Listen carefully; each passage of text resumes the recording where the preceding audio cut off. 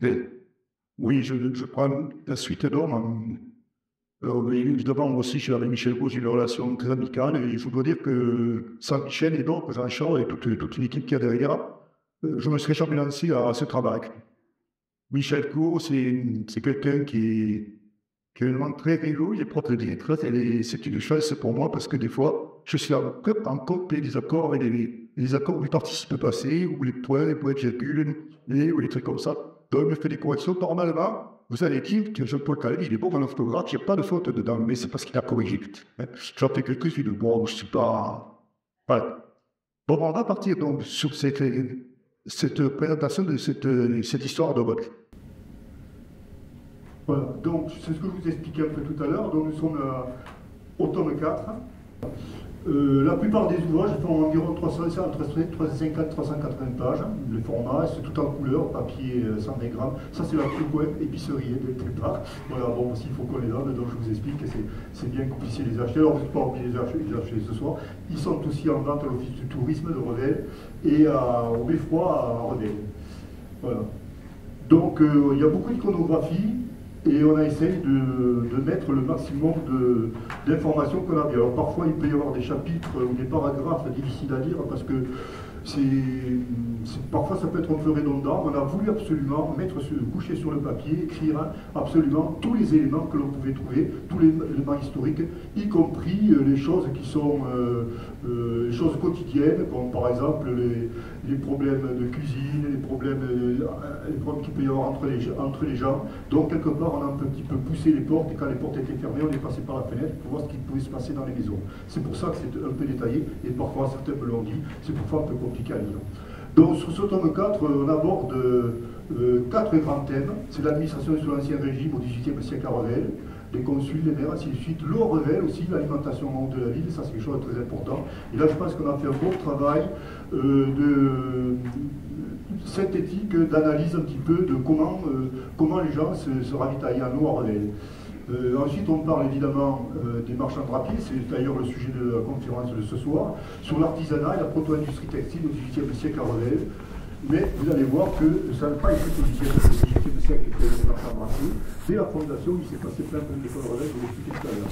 Et enfin, il y a un gros chapitre à la fin où on a découvert des choses intéressantes, y compris pour la Marienne républicaine et bien d'autres choses. Qui se sont passés aussi à Revel, parce que c'est vrai qu'on dit que c'est à Pilorang que la Marianne républicaine est née, par un certain Guillaume Lavavre, mais lorsque cette Marianne républicaine a été mise en place, c'est-à-dire sous la Convention, donc c'était vers le mois d'octobre 1792, Lavavre était un cordonnier tanneur à Revel, donc on en déplaise aux gens de Pilorang, on peut prendre un petit peu la paternité de la Marianne républicaine à Revel. Alors la révolution de Revel, je l'avais traitée il y a quelques mois en conférence. Et alors ce soir, je vais vous parler des marchands drapiers. Mais avant, je vais vous faire une petite synthèse là des premiers chapitres qui est dans ce tome 4. De l'administration sous l'Ancien Régime au XIe siècle à Revel, c'est quelque chose de très intéressant parce qu'évidemment nous sommes sous l'Ancien Régime. Revel a la chance d'être une ville royale. Elle est administrée par des consuls. Il y a 4 consuls, dont un premier consul évidemment. Et il y a aussi un conseil consulaire élargi, environ de 24 personnes. Parmi ce conseil consulaire, eh bien, il y a 4 rangs, c'est-à-dire des gens suivant le niveau social. Il y a les bourgeois, tout d'abord, le premier rang social, il n'y a pratiquement pas de nobles. Les nobles n'ont pas le droit de rentrer dans ce consulat. Donc il y a les bourgeois, ensuite il y a les artisans, ensuite il y a les laboureurs, et enfin il y a le petit monde de Revel. Donc il y a 4 rangs, et il faut savoir que parmi les conseils, il y en a toujours un de Breuil. Alors, toujours, on a la chance à Revel d'avoir environ une dizaine de registres consulaires. C'est des registres qui font 500, 600 pages, c'est énorme, hein, donc il faut vous imaginer, on a lu près de 6000 feuilles, on a tout regardé. Hein. Donc il y a des choses on passe rapidement, mais il y a des choses très importantes. Et pratiquement tous les comptes rendus qui montrent quand même qu'il y a une certaine entre guillemets, démocratie à l'époque au sein de cette ville, eh bien, les procès-verbaux sont signés par des gens, et notamment le conseil consulaire, c'est-à-dire les choses ne se font pas sans l'avis du conseil. Alors évidemment, autour de ces consuls, il y a plein de gens à Revel. Ça, souvent, ça n'a pas toujours été dit dans les précédentes monographies, mais nous, dans les textes qu'on a retrouvés, on a voulu absolument essayer de savoir qui c'est qui avait comme personnalité importante pour faire fonctionner cette ville. Cette ville qui a près de 3000 habitants à fondation et qui, vers la Révolution, en a 6000. 5-6 000 habitants. Donc on a tous ces gens. Ben, vous avez vu, il y a le conseil consulaire, comme je vous disais, 12 ou 24 personnes, un conseil de jurés de prud'homme. Il y a des conseillers nés. Alors eux, ils sont automatiquement dans le conseil consulaire. C'est-à-dire, c'est le curé et le juge royal, qui est l'office de juge, et le lieutenant de juge. Donc il y a le juge royal et le lieutenant de juge qui font partie de ce conseil. Et ensuite, il y a une équipe fonctionnelle. Alors c'est pas mis dans l'ordre d'importance de la fonction. Mais on a des vallées de ville. Il y a 4 vallées de ville. Chaque vallée de ville marche avec un consul. Ces vallées de ville se trouvent aux 4 entrées des 4 portes de Revel. Ils ont un logis pour eux, et c'est eux qui commandent un petit peu, qui contrôlent, qui vont parfois faire payer, parfois l'octroi même à l'entrée de la ville, à chaque entrée de porte. Donc 4 vallées de ville qui ont d'ailleurs une tenue très particulière que nous avons eu qui a été écrite, on sait comment ils étaient habillés, donc je vous ai fait un petit dessin à la suite, vous allez voir comment étaient ces vallées de ville. Ensuite, il y a le trompette, le tambour, l'encantaire.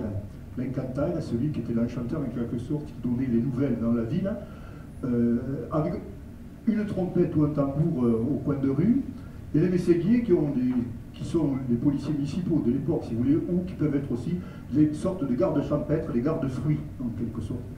Des sergents, qui sont aussi plus ou moins militaires, les marguilliers, qui gèrent l'église, et ainsi de suite, les greffiers, les commis, les horlogers, etc., etc.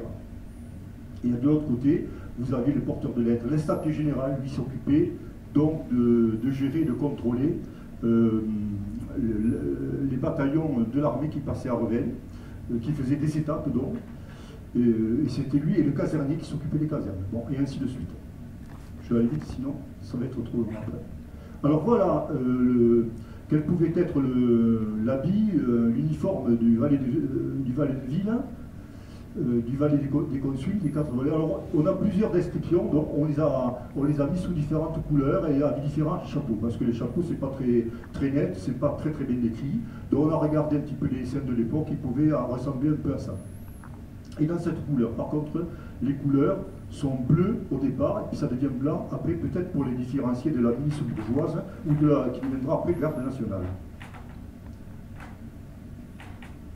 Alors ce qui est intéressant, c'est que Revel a une représentativité bien sûr au niveau du diocèse de Lavore. Quand je parle de diocèse, ce n'est pas le diocèse clérical, mais le diocèse administratif.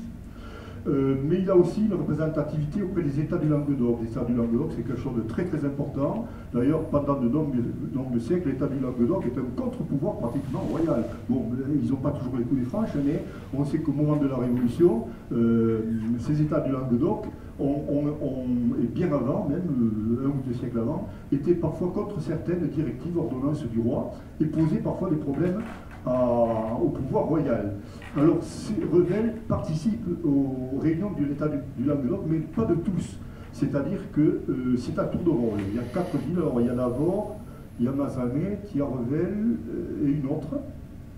Castres faisait partie de notre diocèse, qui à tour de rôle, chaque année, vont aller aux États du Languedoc. Alors ce qu'il faut savoir, c'est que dans une estampe, qui n'est d'ailleurs pas celle-là, mais une autre qui représente aussi les États du Languedoc qui se réunissaient à Montpellier, on sait exactement où se trouvaient les délégués du diocèse de Lavore.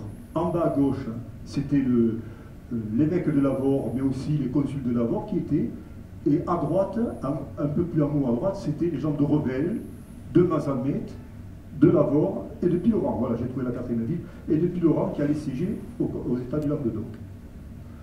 Alors, voilà un petit peu pour la partie administrative. Et vraiment, j'ai fait très rapidement, mais dans le bouquin, il y a un chapitre très long, par contre, où on explique un petit peu les problèmes de taxes, des choses comme ça, comment ça se passe, les problèmes qu'il pouvait y avoir, les problèmes sociétaux qu'il y avait dans cette ville, le paupérisme, le pauvreté, comment on réglait la pauvreté à Revel, etc.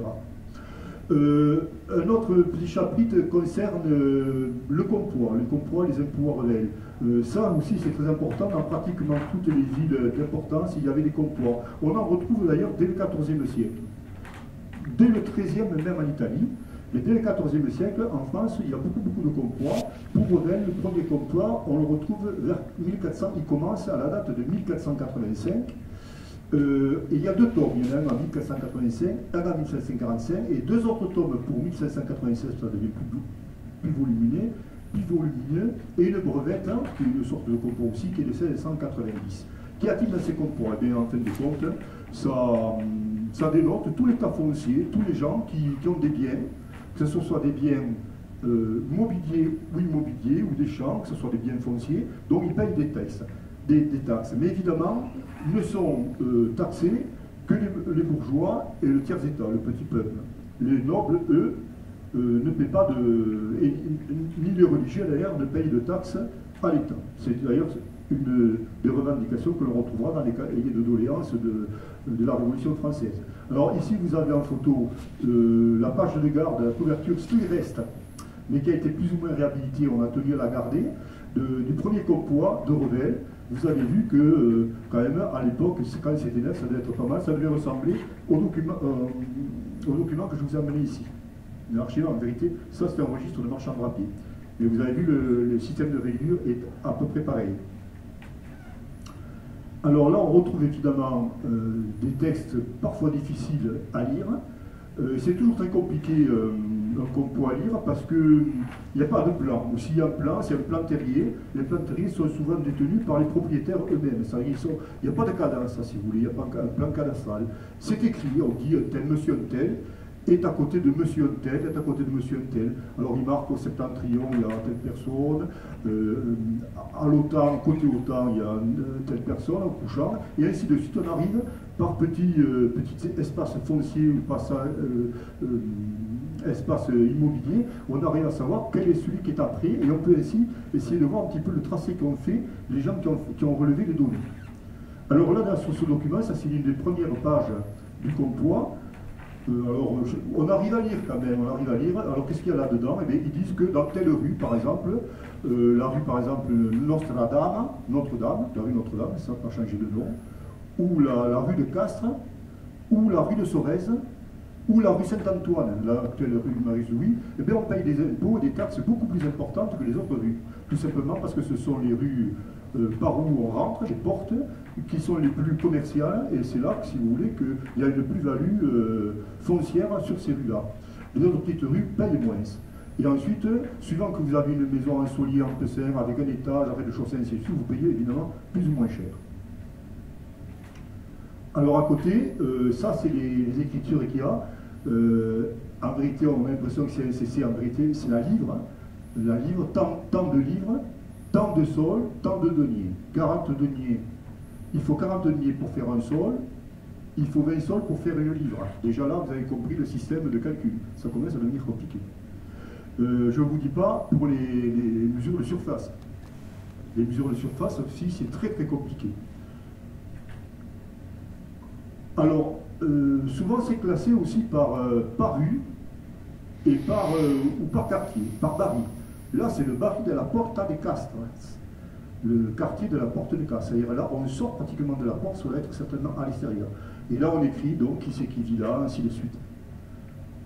Voilà, toutes ces écritures montrent donc, c'est intéressant de voir qui habite par exemple à telle rue, qui tient une maison, à la gare là, du côté du Midi, il paye une livre 6 sols, vous voyez, le CC barré, une livre 6 sols, ainsi de suite. Et ensuite, c'est regroupé aussi par Coufinal, par Vore, par Vaudreuil. Les varias, c'est ce qui est en dehors de la ville. Alors les varias, ça peut être Vaudreuil, Coufinal, ça peut être aussi Montaigu-l'Oraguet, Les Fouets, Nogaret, Monger, Angarevac et Gandels. C'est ce qu'on trouve dans ce compois à Revel, on trouve des domaines fonciers de cet endroit-là.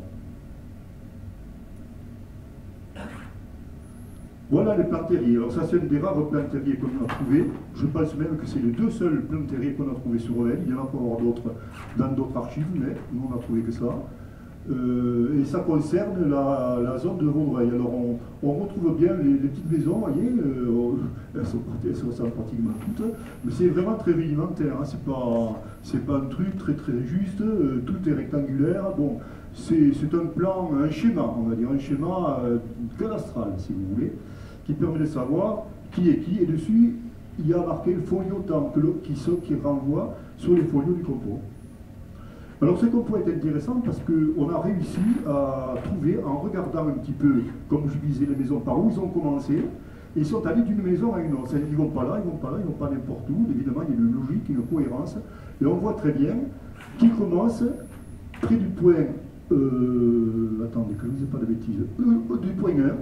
Du point 1, ils vont vers la rue de l'Étoile, puis ils reviennent, ils font comme ça, ils font toutes les maisons, clic, clac, clac, ils reviennent par la rue du Temple, ils redescendent par la rue du Thor, et ainsi de suite.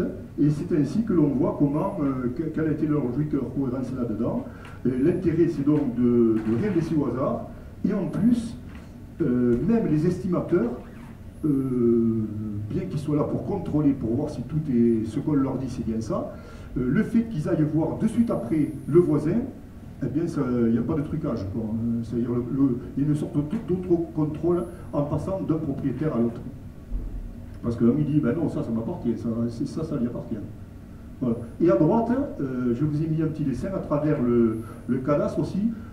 C'est le point central de Dreuil. On voyait l'église, et c'est un parcelle, pour ceux qui connaissent Dreuil, vous savez qu'il y a un parcellaire qui est arrondi, et dedans, il y avait près de 30 à 40 maisons. Vous avez vu si les gens étaient serrés, parce que le parcellaire n'est pas énorme. Et là, on a retrouvé donc la parcelle 25, 31, 35, qui était à l'intérieur de ce parcellaire arrondi de Dreuil. Autre chose importante, c'est de regarder la taxation des gens qui sont marqués sur ce compost, et de les replacer dans l'espace urbain. Et on remarque qu'il y a des gens qui sont plus ou moins à livrer. Les gens donc, qui ont de l'argent, les gens riches, payent beaucoup de taxes, ont des fortunes estimées à un certain prix, et d'autres moins. Alors on a mis des couleurs.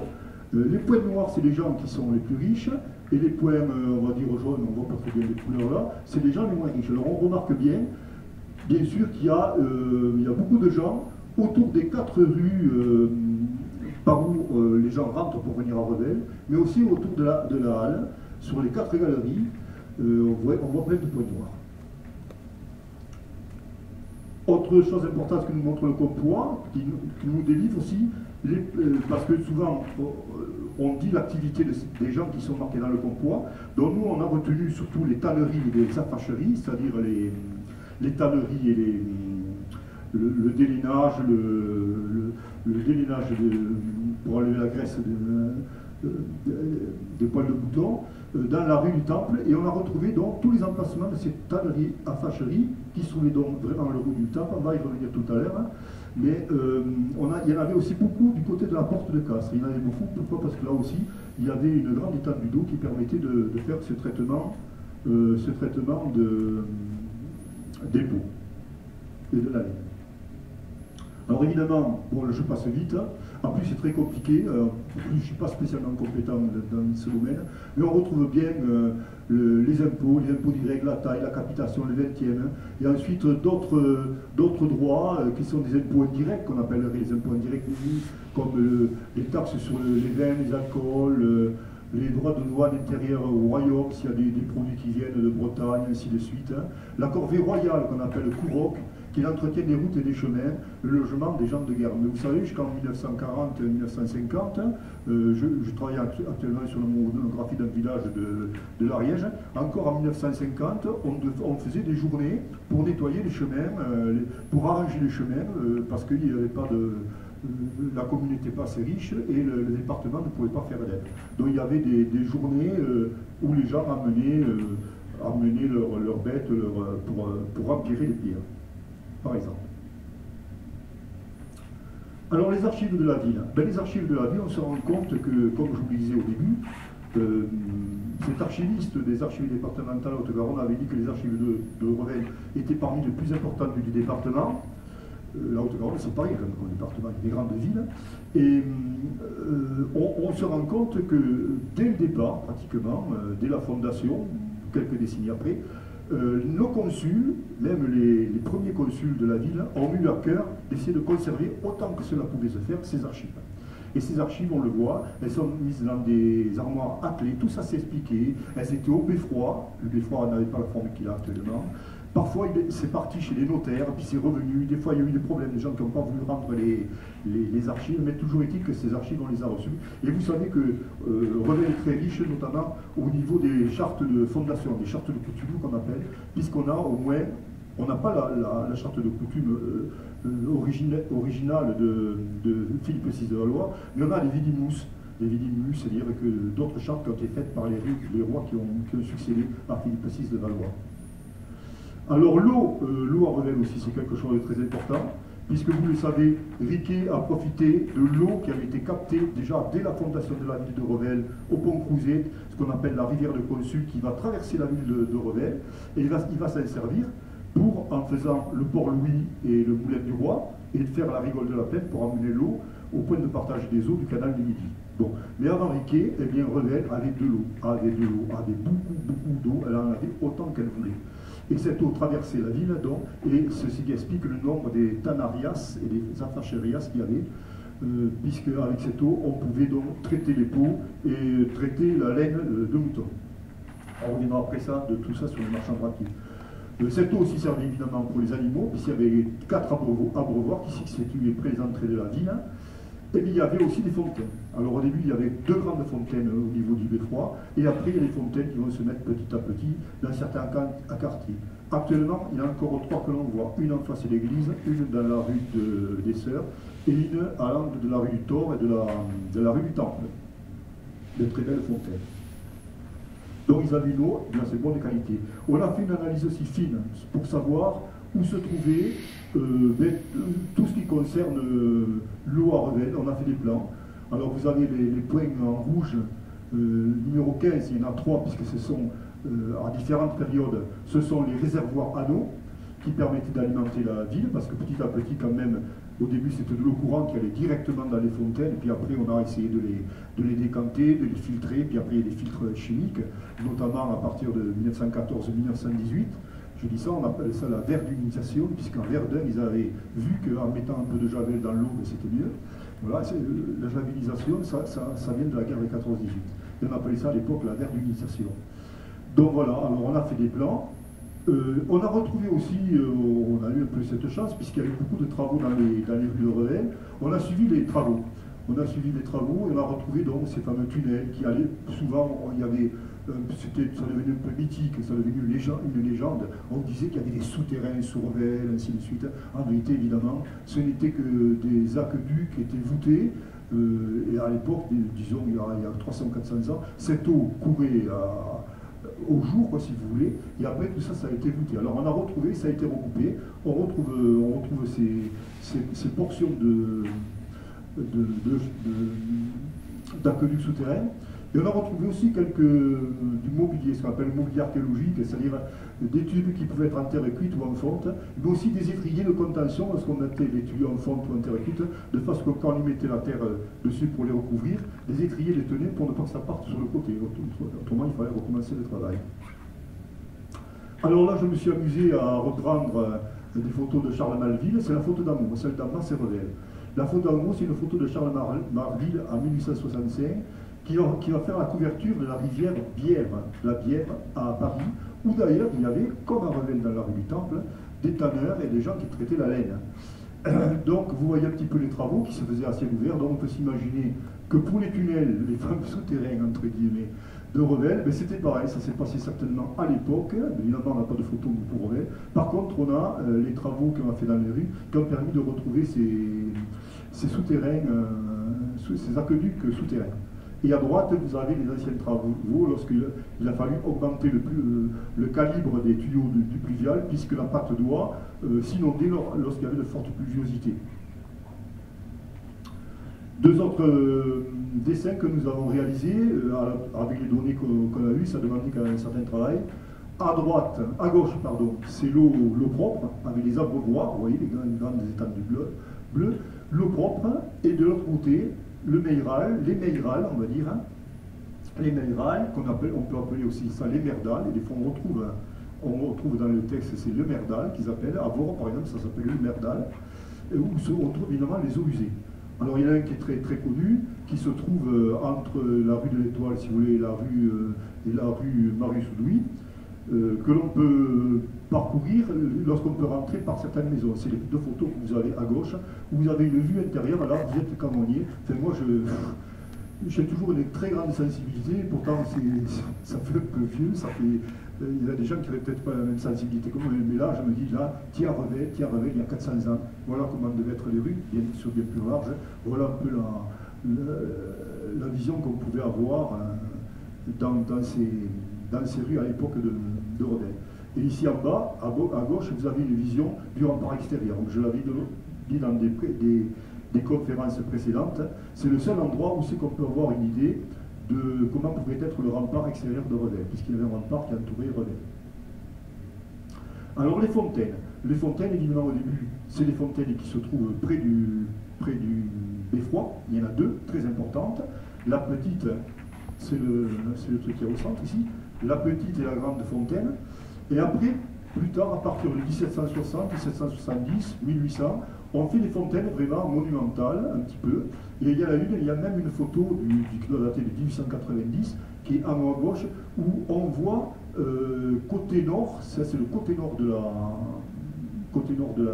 du beffroi, de la halle, on voit encore la fontaine monumentale. D'ailleurs, ah non, je ne sais pas le dessin, parce que le dessin existe. Vous l'avez en bas, voilà, en schéma. Vous voyez, cette fontaine existait toujours en 1890-1900. Maintenant, elle n'y est plus. Et enfin, la révolution à Revel, ça je vais aller très très vite, mais puisque j'ai fait une conférence, je crois que c'était en novembre, décembre l'année dernière, où il s'est passé plein de choses à Revel, où on voit tout, on voit absolument comment ça se passe. Dès 1788, Revel est au courant qu'à Grenoble, il y a eu la journée des Tuiles, que le Dauphiné s'est mis en révolte un petit peu contre les armées du roi. C'est vraiment là que commence pratiquement, entre guillemets, la Révolution française, hein, qui n'est pas anti-royaliste, loin de là, mais qui veut absolument changer absolument le mode de vie. C'est le siècle des Lumières qui va pousser, c'est tous les philosophes qui vont pousser un petit peu le peuple à ouvrir les yeux et à demander une meilleure vie. Et on sait que le 14 janvier 1789, dans le cloître des Dominicains de Revel, c'est juste à côté du parc Bélu, du centre, là c'est réunir, il y a des centaines de personnes qui vont venir et qui vont se retrouver autour de Louis-Philippe de Rigaud, marquis de Vauvray, qui va prendre la présidence de cette réunion, donc déjà 1789, et qui vont commencer à écrire les cahiers de doléances. Les cahiers de doléances de Revel, on les a pas. Par contre, on l'a quelque part en lisant celle de Castelnaudary, puisque tous nos délégués de Revel, que ce soit les délégués de la noblesse, du clergé ou tiers état, se sont retrouvés à Castelnaudary pour élire les députés qui iraient à l'Assemblée nationale, faire l'Assemblée du tiers état, à Versailles. Donc Louis-Philippe de Rigaud, marquis de Vaudreuil, va présider cette réunion et on a la signature. Alors là, il y a qu'un bouquin, il y a 4 ou 5 pages de signature. C'est absolument tous les gens du coin qui vont signer, qui vont dire voilà, on veut changer, on veut absolument que le tiers-état, il y ait davantage de députés du tiers-état, on veut absolument être moins taxé. En plus, l'État, il n'y a plus d'argent dans l'État, donc il faut absolument demander aux nobles et au clergé qui donnent un peu d'argent pour que l'État continue à survivre.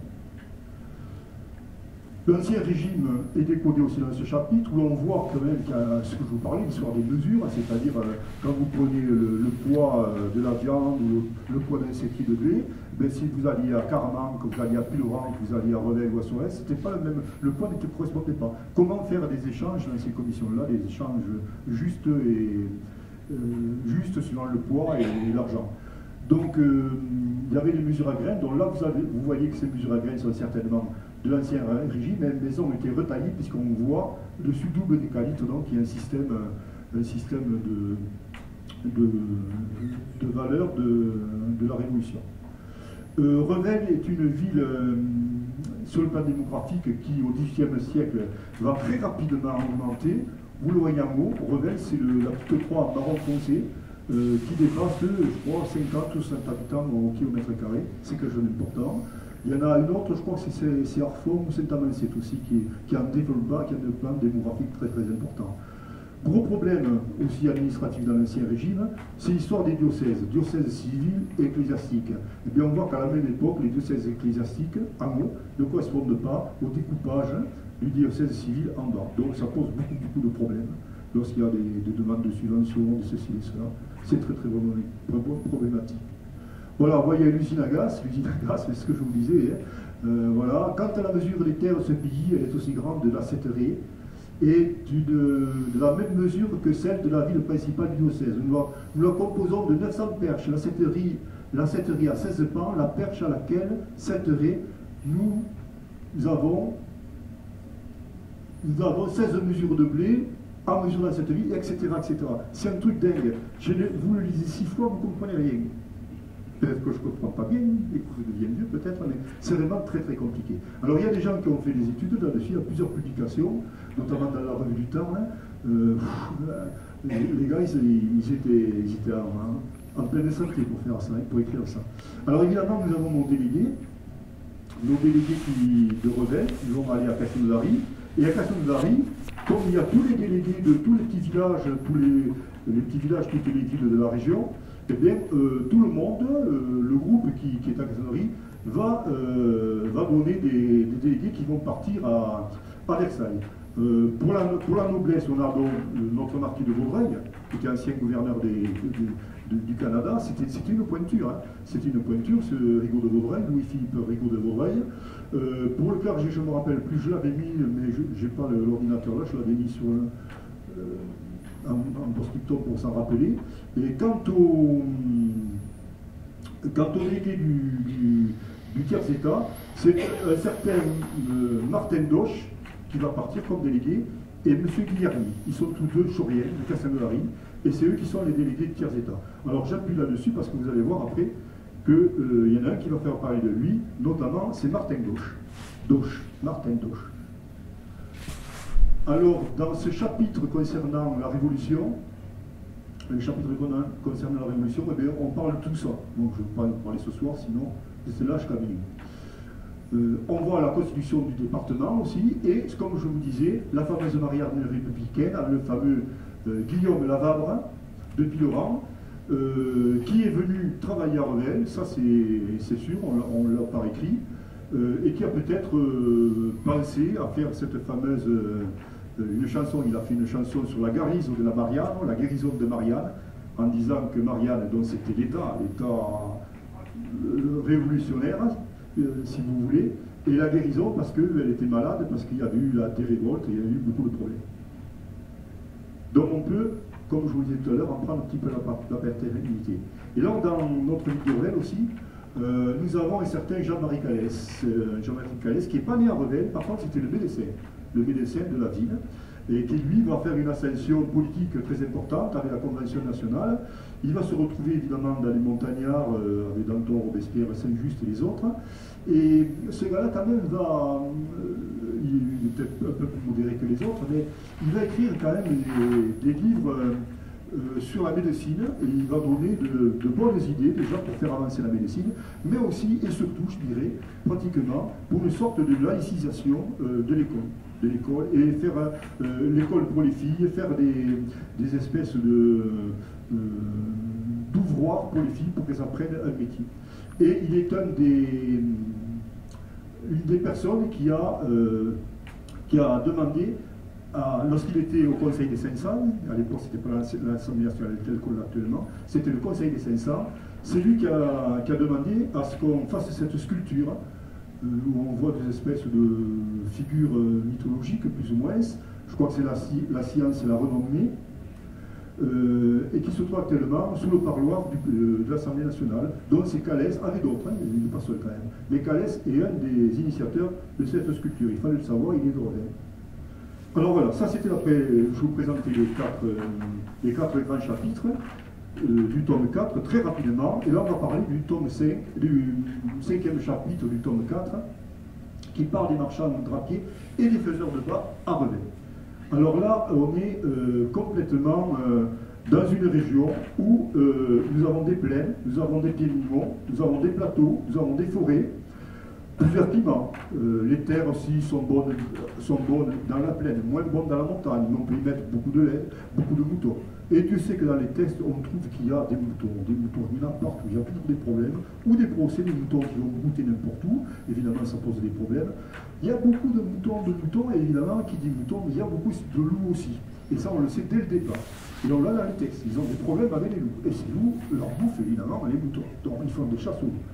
Alors, ce qui est intéressant de voir, c'est que bien avant que Revel existe et tout ça, tous les sites archéologiques, hein, et j'ai des collègues archéologues qui ne vont pas me démentir, tous les sites archéologiques que l'on peut trouver, même dès le néolithique, l'âge des métaux, premier et deuxième âge du fer, période antique et période médiévale, on retrouve ici, autour de Revel, Revel n'était pas fondé évidemment, on retrouve ce genre de mobilier qui est des fusailloles que vous avez ici à gauche et que vous avez à droite en gros plan, et des pesons de tisserands. Ce qui démontre donc qu'on filait la laine et qu'on faisait des tapis donc, dès le néolithique et dès la proto-histoire, premier et deuxième âge du fer. Donc là, c'est un premier indice que ici, notre région se prêtait bien à cet artisanat pour faire des tissus, des draps, des tapis, mais aussi pour filer la laine. Alors la fusaillole, ben c'est l'ancêtre du rouet, hein, du système qui permet de filer la laine. Vous le voyez ici, c'est une toupie si vous voulez, la fusaillole elle est là, on emmanche un morceau de bois, on a le gros paquet de laine dégrossi qui est en haut, et on fait tourner ça comme une toupie. Ça torsade le fil, et petit à petit, hop, hop, hop, alors ça demande du travail, c'est long, hein, mais on fait du fil qui sera ensuite, qui pourrait être ensuite tissé. Dans ces sites médiévaux ici, on en a plein, bon je passe vite, hein. Il y en a en plaine, on a des petits villages de plaine, on a des petites mottes, des mottes castrales, on a des castrats en surface. Alors ce qui est intéressant, c'est que maintenant, ils ont fait un relevé lidar, c'est un système avec des rayons, on va dire, ils prennent des photos, mais qui analysent le relief et qui fait abstraction absolument de toute la végétation. Alors c'est ce qui permet de voir où sont des sites que vous, quand vous êtes en montagne, vous ne les voyez pas. Et là, on peut le voir d'après les formes de relief. Là, c'est le cas de ce petit castron. Petit clin d'œil sur la grotte du Calais, par rapport au drap aussi, hein, on est toujours dans la thématique des draps.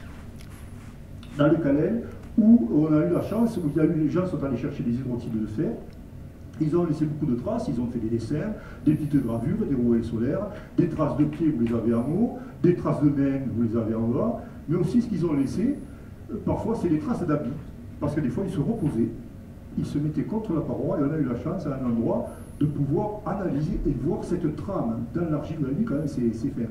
Alors on peut très bien s'imaginer comment pouvaient être les habits vers 1050 et 1150, les gens qui descendaient le Calais avaient une sorte de tunique fait un genre de cordelas, c'est-à-dire un truc très grossier, tramé. D'ailleurs on a fait la trame, on peut compter le nombre de trames sur 10 cm de long. Voilà, pour vous dire ici qu'il y a toujours cette culture pour faire des draps, pour le mouton, pour l'âne, et ainsi de suite. Là aussi qu'on rentre dans l'historiographie, dans les textes écrits, ça commence certainement avec Philippe le Bel. Attention, Philippe le Bel, ne confondez pas avec Philippe VI de Valois. Le fondateur de Revel est Philippe VI de Valois. Par contre, Philippe le Bel, c'est 40 ans avant. Ben, Philippe le Bel, à un moment donné, il fait le tour de la France un petit peu, il va se faire voir un petit peu. Il vient ici à Sorèze, il vient à Sorèze pour la Sainte Quarantaine, pour le carême. Et là, il y a les gens de Dougne qui viennent, dans les textes, hein, qui viennent pour dire, ben voilà, il faut que vous nous laissiez notre artisanat, nos métiers à tisser, qu'on continue à faire du drap, il faut que vous nous aidiez, ainsi de suite. Imaginez-vous que quand le roi est venu ici, les gens qui étaient, non pas Revel, puisque Revel n'était pas créé, les gens qui étaient à Vore, qui étaient à Dreuil, à Vaudreuil, ils n'ont pas manqué d'aller voir au moins passer le roi, avec tout le monde qui avait autour de lui. Donc on sait donc que dès 1301-1302, et certainement avant, on faisait quand même pas mal de draps ici, à Sorèze, à Arfon, à Durfort, Verdal, Massaguel et Tourne. Alors ce qui est intéressant aussi, second test, alors là on sort de 40 ans environ, 1342, fondation de Revel. Dans la charte de fondation de Revel, on parle de 2 foulons. Il y a 2 foulons, alors on parle de moulins blaquiers, des moulins qui vont permettre de faire du blé, de la farine, pardon, à partir du blé, et 2 moulins foulons qui vont permettre à un outil qui va taper sur des tiges végétales, par exemple le lin ou autre chose, à faire des fibres pour faire des tissus. Alors ces moulins foulons, évidemment, les 5 que vous avez là, c'est par Revel, surtout celui qui est en bas à gauche, celui-là, je ne sais pas d'où c'est que je l'ai tiré. Mais par contre, celui qui est en haut à droite, c'est un système de roues qui se trouve à Durfort. Alors, cette présence de moulins foulons montre bien que dès l'origine de Revel, on fait des draps et on travaille la laine et ainsi de suite. D'ailleurs, on a pu, au travers des textes, hein, des archives, trouver où ils se trouvaient. Trouver où se trouvaient ces moulins. Pardon, je bégaye. Ici, si vous voulez, vous avez par ici le moulin du roi, avec la rigole faite par Iquet, et de suite après, avant, l'eau, puisque la rigole pleine n'existait pas, traversait Revel, et il y avait plusieurs moulins qui étaient le long de ce ruisseau, et on en avait plusieurs même qui étaient dans la rue du Temple, l'ancienne rue des Apacheries. On le revoit ici dans un plan de 1740, je crois, où on voit qu'on parle bien de ces moulins. Ici, portrait de noble, en grande robe. Ça, c'est un bourgeois fortuné.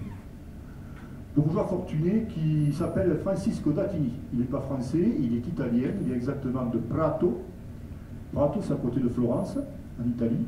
Et il vient faire ses affaires, il vient faire son négoce ici dans la région, notamment dans Revel.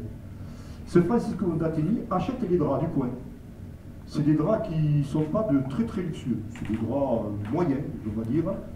Presque, je dirais presque pas de gamme, mais ils trouvent des affaires, parce qu'à l'époque, les gens n'avaient pas trop d'argent.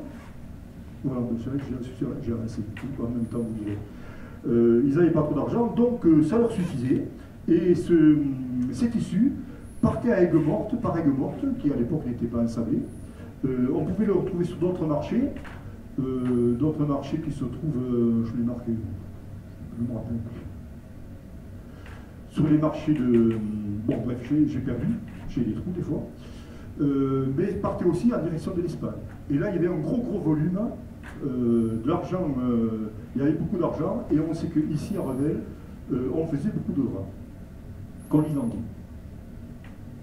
Alors, on trouve par exemple des textes, parce que ce qui est intéressant, c'est que dans ces archives de Prato, Dattini avait tout gardé en archive. Je crois, je ne veux pas vous dire de bêtises, mais c'est 11 000 ou 12 000 textes, lettres qu'il y a des registres un petit peu comme c'est le registre de marchand de Roquier de Revel, et à certains endroits, on retrouve le fameux Rivello ou Ravello, c'est ici, ma foi. Il venait acheter le droit ici, c'est désigné par Ravello, Rivello. Saint-Félix, c'est Saint-Félix, mais il y a aussi Sorèze, plus loin. Alors voilà, c'est ça, les forts où ils allaient, c'est Pézenas, Montagnac, etc. Donc, notre région ici, très rapidement, et ça va continuer ensuite au XVe siècle, hein, cette zone-là, si vous voulez, entre grosso modo Carcassonne, Castres, Revel, voilà, Revel et même en zone, même en zone, là c'était un centre trappier assez important. La montagne, il y avait les moutons, fournissait la laine. Quand ça manquait de laine, on allait la chercher en Aragon. C'était de la laine, disons, parfois de très très bonne qualité, parfois de mauvaise qualité, ou en tout cas, des fois, ça posait problème parce qu'ils voulaient mélanger la laine qu'ils avaient eux, mais comme ils n'en avaient pas assez, ils la mélangeaient avec l'autre, et les fils n'étaient pas toujours pareils. Alors à un moment donné, ça posait des problèmes. Enfin, je ne vais pas rentrer dans les détails. Donc voilà, nous sommes dans une zone très importante sur le plan drapier. On a même des endroits pour savoir, des diagrammes qui permettent de savoir Revel comme si c'était plus cher ou moins cher qu'ailleurs. On voit très bien que les draperies de Paris et Rouen tiennent l'eau du pavé, c'est de la grande qualité. Par contre, à Tulle, à Piloran, je m'excuse pour Piloran, c'était moins bien qu'à Revel et à Sorèze, on le voit par exemple. Donc voilà, on a quand même pas mal de documents qui nous permettent de savoir un petit peu ce qui s'est passé il y a pas mal de temps à Revel. C'est écrit. Donc je reviens, ça j'en ai parlé un petit peu, donc c'était l'élevage important de moutons. C'est vrai, c'est incroyable, on va croire que on entend parler rarement des bœufs, des choses comme ça, des chevaux, les moutons, dans tous les textes, on entend parler de ces fameux boutons qui vont manger dans les champs des voisins. Alors ça, c'est évidemment, ça engage des procès qui sont générés par ces gourmands bestiaux. Il y a beaucoup de contrats de gazaille. Le contrat de gazaille, c'est moi je suis propriétaire de 20 moutons, toi tu vas être propriétaire de 30 moutons, et tous les deux, on va les passer à quelqu'un qui va s'en occuper. C'est ça un contrat de gazaille. Dans le gars, il s'occupe des 50 moutons, on se coupe rien, mais à la fin, on ramasse un petit peu quand même. On ne le fait pas gratis. Voilà ce que c'est. Et ensuite, il y a certains toponymes, alors j'en ai pris un parce que celui-là, évidemment, on y a travaillé, puisqu'on a un site archéologique, on a travaillé sur le site archéologique. C'est le site de la Lougatia. La Lougatia, vous avez compris, c'est un endroit, ils vont même pas y mettre des moutons là. Donc voilà. Alors ça, on le retrouve. Alors, encore d'autres plans qui vous montrent que Revel, c'était pas rien. Enfin, en tout cas, notre région qui faisait quand même une grande production de cordelas. Et alors, on retrouve dans les textes, alors on ne peut pas, je ne peux pas vous en dire, je ne peux pas rentrer dans le détail, mais j'ai toujours en tout cas les détails, le nom des étoffes. Pour Revel, on retrouve du basin, du bœuf, du cannelle clair, entre de rouge, de fumier, etc., etc. Et parfois, il y a d'autres noms. Beaucoup plus tard, on va le revoir. On a encore une cartographie qui permet de montrer la production des draps en 1708.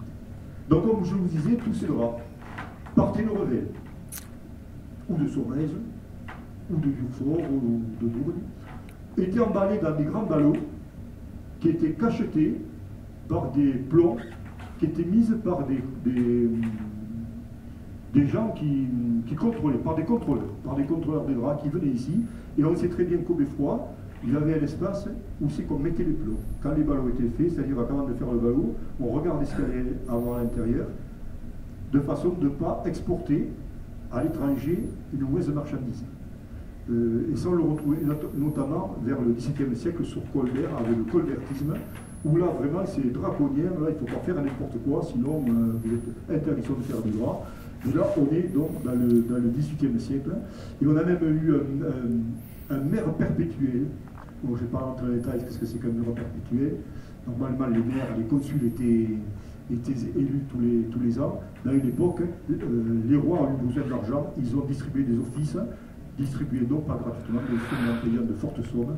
Et là, on avait un Étienne de Daillancourt, qui était maire de Revel, à la jonction 1695, 1710 par là, qui était maire perpétuel. Et à l'hôpital de la Grave, où il a son portrait, qui est là, à l'hôpital de la Grave, et on le voit, il tient des étoffes sur le bras. Donc certainement, c'était une personnalité qui était dans le négoce du drap.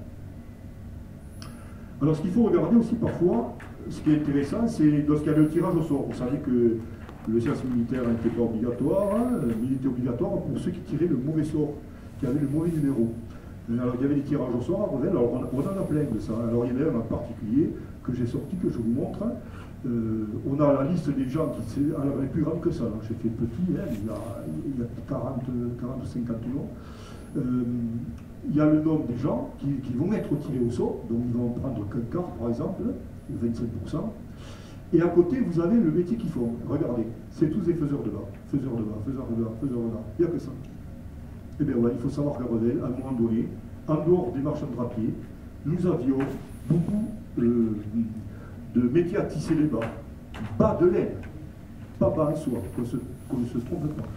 Parce que c'est vrai qu'à l'Arvor, il y avait un gros centre de sériciculture, et où ils faisaient beaucoup de bas en soie à l'Arvor, des tissus en soie aussi. Et d'ailleurs, autour de Revel, par le Ville, au Pont Crozet aussi, on sortait des arbres, je ne me rappelle plus, chez les trous, pour nourrir les vers à soie. Les mûriers, merci. Tu reviens comme tu veux.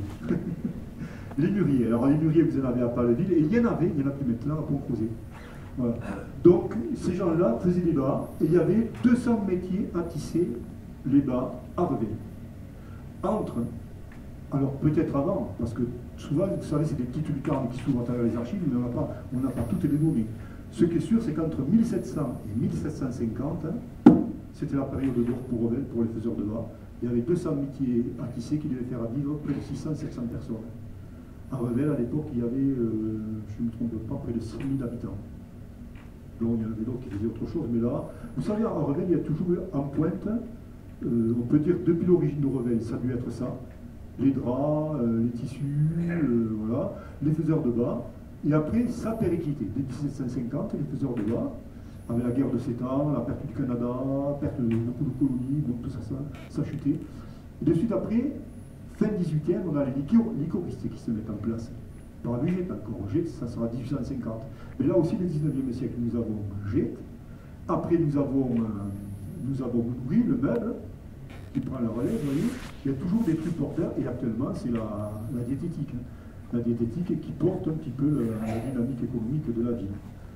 Voilà. Alors ça, c'est quand même, lorsqu'on voit ça, on dit, ben ouais, ça devait bouger. Alors, il faut s'imaginer, dans chaque période, moi je me rappelle quand j'étais gosse, que j'allais à l'école, on sentait la menthe, quand j'ai marché, sentait la menthe, et on pouvait sentir aussi l'odeur du vernis des meubles, vous savez, le vernis, l'estompage, tout ça. On peut très bien s'imaginer, là, c'était plus une histoire d'odeur, si c'était la mauvaise odeur peut-être de la rue du Temple, avec le lavage des laines et le tanin qu'on mettait dans les cuirs, il y aura des mauvaises odeurs, mais c'est surtout le bruit.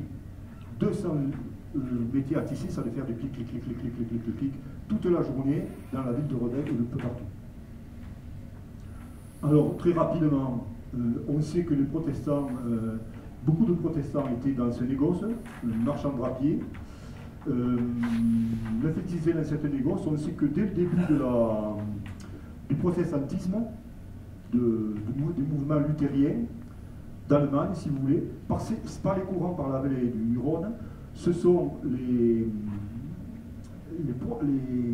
marchands drapiers qui ont diffusé les idées luthériennes. Et très rapidement, on sait qu'on a eu des cultes protestants qui se sont mis en place ici à Revel, dès 1510, 15, écoutez, je ne me rappelle plus, les dates, je ne suis pas bon en date, vous achèterez les bouquins, c'est écrit de ça. Voilà. Alors, en plus des marchands de drapiers, vous avez tout ça. Il y avait les peigneurs de laine, les gardeurs de laine, les tisserands de draps, pour les toiles, les teinturiers, les passementiers, les couturiers, etc., etc. Vous vous rendez compte, ça devait drôlement bouger ici dans le coin. Voilà, alors je vous parle de 1700 à 1750, période faste, puis le parasme économique, dû certainement à la perte du Canada, on le dit. D'autres disent que ce n'est pas vrai. Alors peut-être qu'il y a eu un creux et c'est reparti de suite après. Parce que j'ai eu des écrits sur Casse sur Mazamet qui disent au contraire que ça reprend après le commerce avec le Canada. Mais on peut penser que de 1700 à 1750, les Rigaud de Vaudreuil étant gouverneur du Canada, ils ont peut-être fait des petites autoroutes pour que les produits de Revel aillent vers le Canada. Et on sait qu'ici, donc, il y avait 200 métiers à tisser. Toujours est-il qu'en 1750, c'est terrible. Revel tombe dans un véritable marasme économique, beaucoup de chômage, beaucoup de paupérisme, les gens crèvent de faim. Ils n'ont pas de quoi manger. Donc on voit dans les textes, on demande de l'argent à l'abord pour acheter du pain pour les gens. On crée des chantiers, des corvées pour les gens, pour les occuper. C'est là qu'on commence à faire les travaux d'embellissement de la ville en faisant le tour de ville et qu'on va faire les allées Charles de Gaulle. Voilà. Et il y a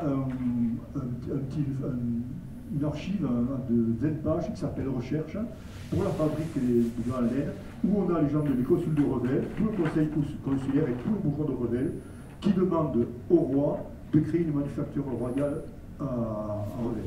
Mais les manufactures royales, c'est fini. C'était bon au XVIIe siècle avec Colbert, là ça ne marche plus. Donc il n'y aura pas de ça, et Revel va s'enfoncer dans de gros problèmes économiques. Donc voilà comment pouvaient être les métiers à tisser de cette époque-là. On sait qu'après, évidemment, aussi, il y a eu la concurrence anglaise. On sait qu'ici, on ne gérait pas forcément bien le cheptel au vin, les moutons. Et on a même un Anglais qui va venir à un moment donné, qui était condamné à mort en Angleterre, donc il a réussi à partir. Il arrive en France et il va donner des conseils. Il dit là, c'est fini, il ne faut pas mettre les moutons, il ne faut pas les entasser, il faut changer les litières, vous esquintez la toison du mouton avec les urines, les matières fécales, tout ça c'est écrit. Il s'appelait donc tout ça c'est quand même bien cadré par le roi. Et on a à Revel, ça arrive à Revel, on a des textes comme celui-là, l'arrêt du Conseil d'État du roi qui dit telle et telle chose. Et c'est là que l'on voit apparaître une personnalité qu'on connaissait un petit peu à travers les textes, mais sans plus. Bon, il était là, il signait au conseil consulaire au même titre que les autres, qui s'appelle Marc Bermond Lampo. Mais celui-là, on a su qu'est-ce qu'il faisait, parce que ça c'est vraiment la paille de Lucar, mais une grande fenêtre qui a été ouverte de l'histoire de Revel, puisque je crois que c'est en 2012, à Pamiers, on vendait aux enchères 20 bouquins, comme cela, des marchands drapés, ces registres comme vous avez là, vous venez de le voir à la fin, 20 registres, qui se vendaient à un prix assez cher. Et le directeur, M. Le Poté, directeur des archives départementales de la Haute-Garonne à l'époque, m'avait appelé à 10 h du matin, un vendredi, je me rappellerai toujours, pour me dire, vite, à 14 h, ils vendent les registres de Revel, il faudrait que vous nous aidiez financièrement, Revel, vous l'association, pour acheter ces registres. À l'époque, on n'avait pas trop de sous à la société, c'est trop tard, vous m'auriez dit une semaine, 15 jours, on aurait pu s'organiser. Donc c'est parti, et c'est quelqu'un de Tarbes qui l'a acheté, et on a réussi, parce que malgré son secret professionnel du commissaire-priseur, on a réussi à savoir qui c'était, on est allé négocier avec le gars, et 2-3 ans après, on les a rachetés. On en a eu pour 2500 €, je tiens à vous le dire, c'est pour vous dire que le bénéfice qu'on fait, voyez, ça sert aussi à embellir et à enrichir les archives de Revel. On a réussi à acheter ces 20 dossiers, et là, on a toute la vie de Revel entre 1710 et 1810. Alors voilà, les bouquins. Alors au départ, on s'était prêté contre un dépôt de caution de 2000 € en chèque. On les avait ramenés à Revel, on les avait numérisés, tu te rappelles Jean-Charles? C'était de la folie.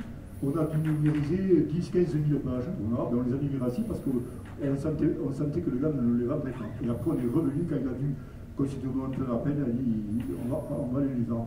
Donc dedans, on retrouve absolument tout. Et on retrouve notamment voilà, tout ce qu'il vendait. Et il ne vendait pas 2-3 tissus, il vendait tous ces tissus. Alors c'est certain que tous n'étaient pas fabriqués à Revel, puisqu'il y en a beaucoup qui devaient être achetés dans les ateliers de fabrication d'Annevotte à Castres, mais qui pouvaient être achetés à Rouen, dans les grands centres drapiers du Nord. Donc en vérité c'est un gros négociant de bras, et à droite on a quelques petits échantillons de toutes les couleurs, on dirait de la feutrine un petit peu, ça fait de la feutrine, qu'un échantillon qui existe donc concernant ces draps qui étaient vendus à Revel. Évidemment, autour de Revel, il allait à plusieurs dizaines de kilomètres, il avait des clients un peu de partout. Vous avez vu, il y a un nombre de clients adresses, alors uniquement sur ces cahiers, parce qu'on n'a pas tout. On n'a pas tout de ces marchands. Non, Bermond-Lacombe, il devait y en avoir peut-être 4 ou 5 fois plus de registres. C'est ce qu'on a réussi à voir. On avait des adressographes de près de 80 personnes, quoi. Pour des volumes financiers assez importants, annuels, c'est du 20 à 30 000, non, du 263 000 livres à 328 000 livres. C'est énorme, vous vous rendez compte? C'est un volume financier très important, donc c'est quelqu'un qui marchait bien, il devait avoir d'autres filiales d'ailleurs. Alors, on comprend mieux pourquoi il y a un gros volume financier. Tout simplement, à un moment donné, on voit que le fils du premier Marc Bermond-Lacombe a un enfant, et il va le baptiser, bien que protestant, a priori il va se convertir, pour diverses raisons. Il se convertit, il va à l'église de Notre-Dame, et il demande à avoir comme parrain Isaac Courtois, c'est le monsieur que vous avez là. Isaac Courtois, c'est le fondateur de la première banque régionale ici du coin. Vous avez la banque Courtois ici, enfin, il n'est plus maintenant, c'est l'état de la Société Générale. Mais cette banque Courtois, on sait qu'en 1765, dès les premières années de la fondation de cette banque Courtois, rue de Rémusat à Toulouse, Revel était déjà une filiale, et on retrouve des bordereaux. Et alors là, ce n'est pas 200 ou 300 000 livres qui sont en volume chaque année, mais là on arrive à des millions de livres. Et on voit ici une carte qu'on a reconstituée avec les archives qu'on avait. Revel constituait plus de 1% du volume total de la banque Courtois à cette époque-là, dont une partie du XIXe siècle, c'est pas rien. Et alors là, on a une petite vue en bas à droite, dans la rue Notre-Dame, vous savez, à côté du coiffeur Richer, là où c'est que ça a pris feu. À un endroit, maintenant, ils ont malheureusement, bon, ça y est, toujours derrière, mais ils ont remis un revêtement dessus, mais il y avait marqué entrée de la banque ouverte tous les samedis. On pense que c'était la banque Bermond-Lacombe qui devait se trouver à cet endroit-là. Alors concernant justement, je vous avais parlé tout à l'heure des tanneries et des affacheries, on revient à la rue du Temple. Là, vous avez vu une carte postale fin 19e, début 20e siècle de la rue du Temple. La rue du Temple, vous l'avez là. Là, vous partez vers la porte de Castres, hein, vers les trois fontaines, les trois grâces. Si vous voulez. Et là, vous voyez qu'il y a de l'eau qui coule de chaque côté, et cette grande rue qui va donc jusqu'aux bains de douche, maintenant, qui, au fond, il y a les bains de douche. Alors, cette rue, il faut vous imaginer comment ça pouvait être au XVIIIe siècle, peut-être même au XVIIe siècle. Eh bien, c'était un truc dans ce style. C'est-à-dire que c'était couvert, il y avait le ruisseau, un ruisseau très important. C'est le fameux ruisseau, avant que Riquet le détourne pour aller de la rivière de la Plaine, le ruisseau passait au travers de cette rue. On a les données, on sait que ça faisait plus de 1,50 m de large, presque 1 ou 2 mètres de profondeur, qu'il y avait un parapet de chaque côté, parce qu'il y avait eu des problèmes des enfants qui étaient tombés dedans, qui avaient failli se noyer. C'est marqué dans les archives, on invente rien. Et de chaque côté, il y avait des petits ateliers qui pouvaient être comme ça. Alors quand je l'ai fait, il y a une archive que je n'avais pas vue, parce qu'en vérité, ce n'était pas tout à fait comme ça. Si, en bas, c'était comme ça, mais il y avait un étage. On sait qu'il y avait un étage au-dessus, et c'était fait en bois, fait de briques et de rocs, et les gens, on le voit bien, ils sont en train de tanner les pots. Alors si on a fait ça, vous allez dire, bon, mais, la rêverie des historiens, Jean-Paul Calvier, la Société d'Histoire, ils se permettent des choses qui sont pas très réglo. Mais en vérité, on a pris exemple, pareil, dans la rivière de la Bièvre à Paris. Je vais vous montrer. Là, c'est encore une vue de la rue du Temple. On est au milieu de la rue du Temple, là, à peu près. Hein. Là, on va vers Sorès, là-bas, au fond. Et bien, à l'époque, il faut vous imaginer que ça, avant, c'était comme ça, au début du XIXe siècle. Mais au temps des affacheries, c'était comme ça. Voilà. C'est-à-dire, là, à l'époque, elle se peut passer avec une Rolls-Royce, ou un camion. Ni avec les chevaux, ça passait pas. Et chaque fois, ici, à chaque intersection, donc vous avez la rue du Thor ou la rue de Castres, vous avez un petit pontet. Et alors, on a des plans très détaillés de ça, et ces plans très détaillés, il faut savoir les lire, on les a analysés, et je vais vous en parler. Alors voilà, nous on a pris exemple là-dessus. Ça, c'est des vraies photos de Charles Marville vers 1865, c'est les tanneries de la Bièvre. Alors ça devait y ressembler, vous avez bien vu, on a repompé les photos, on les a... Mais on fait tout avec Photoshop. Hein. Voilà. Alors ce qui est intéressant, c'est qu'il y a aussi une peinture faite par, je ne sais plus quel peintre, toujours pareil, c'est la Bièvre, où on voit les gens qui sont en train de nettoyer un drap ou plutôt une peau qu'ils mettent dans l'eau, et pour pouvoir vraiment faire partir tous les produits chimiques qui ont permis de la tanner dans cette eau, ils ont fabriqué une espèce de petit pot avec des poutres transversales. Les ateliers sont là, de chaque côté, et il y en a 20. Donc ça, c'est intéressant, je vous l'ai dit tout simplement. Pourquoi? Parce qu'ici, nous avons un plan de 1770, qui est ce qu'on appelle les plans Maguès, où l'on voit, j'ai pas... Ça marche. Ouais, ça marche. Ah, d'accord.